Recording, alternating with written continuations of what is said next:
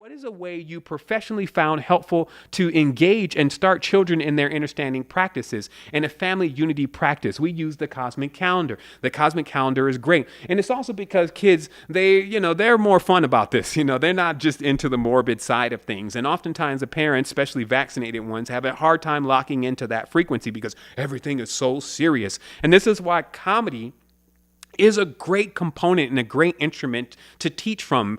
Naturally, we are laughing beings. We enjoy things. That is actually a big part. And I want to speak to this. This is a big part of our co-creative, co-collective faculties.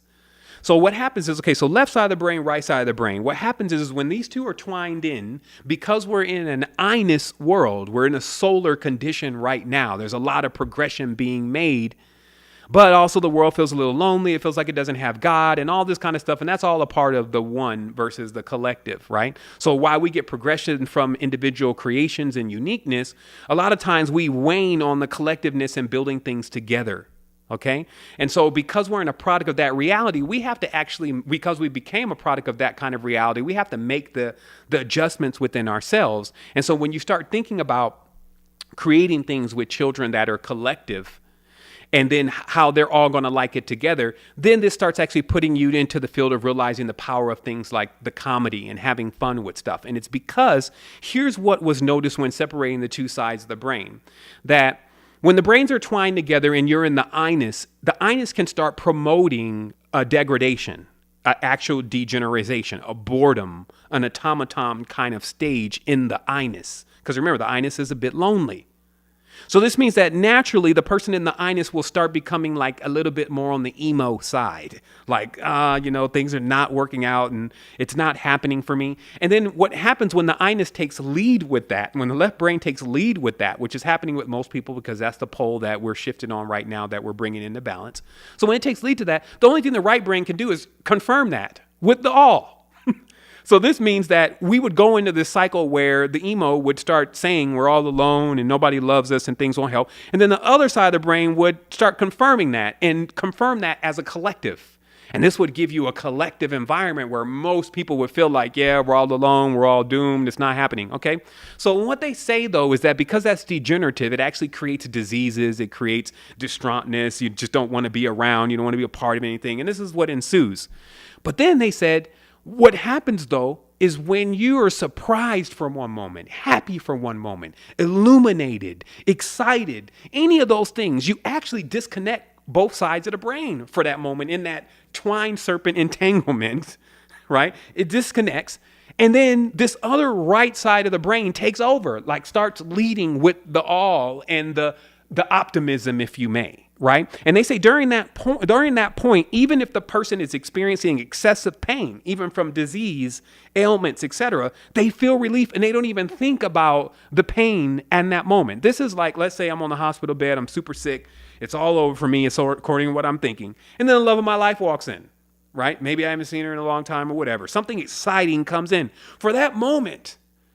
I'm not even thinking about the pain. I'm not thinking about any of that. I don't feel any of that. All I feel is the excitement of being in the presence of this engagement. Okay. And the reason why I want to bring this up is because this is the proof of that if you're constantly experiencing something new, if you're constantly feeling renewed and feeling excited and feeling that you really want to be in this, this is the actual process of regenerating consciousness and regenerating your existence and tapping into your immortality versus the other one, the Inus, the solo, that's going to pass away. And this is because we all came from the collective, right? Now, when I say pass away, it's going to pass away and it's going to renew itself again. It's like the sun god in itself. It's going to go to the death, the burial, the resurrection, death, burial, resurrection, death, burial, resurrection. It's going to continue to go through that cycle. While one side of the consciousness is like, hey, it's all one thing. There's no parts of the cycle. But where we're going, and this is also very important because many think that we're actually going just back to the collective. And that's actually degenerative too. Anytime you're going back to something or repeating something, that's called degeneration. What we did in a previous generation, it's already been done. Where we're really going and where I encourage others to go, especially in 2020, is actually start taking the Inus and the everything And now going into the future with that component, just to see how much more powerful that is going to be for the experience. Give me a quick moment.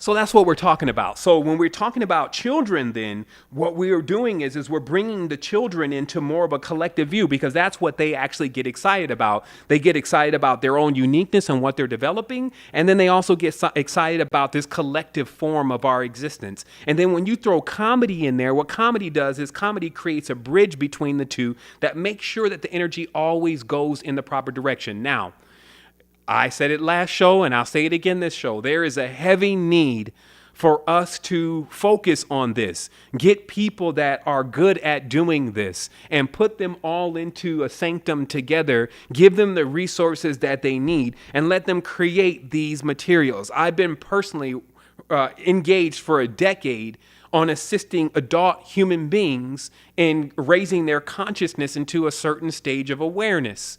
So equally as I put this intention into this, that needs to also be done for children. So I can't even come to you today, because I've been engaged with working with adults, and say, this is exactly what you do with the children. But I've already opened up the offering, especially on the fund site, to that we should fund mindfulness for children, but we're barely getting through just getting mindfulness happening for adults. So this is a big need, but all the time, let's say the most successful businesses, if you may, the most successful things come from finding solutions for things that you actually find as a problem, because those are also problems that others are experiencing. So the onset to this, I can explain of how we would want to approach it, but there of course is a need for the resources and the actual real groundwork that it takes to actually create those materials. So then we can get on here and say, this is the workbook that I'm using to bring this about for this child in this stage or age range, because that is another thing about children. It is not a one size fits all. It's not even a one size fits all for each human being. We've at least been able to get it narrowed down to 9 archetypes,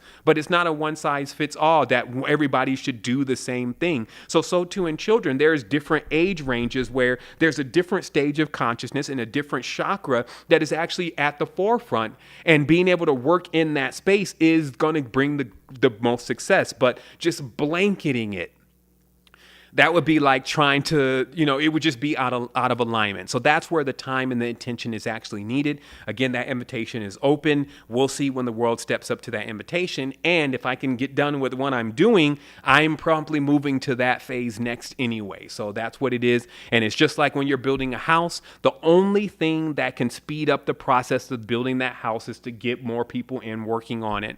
And the only thing that is going to allow generally more people to come and work on it is if they have the resources to spend their time and energy on doing that. And I'm not talking about volunteers.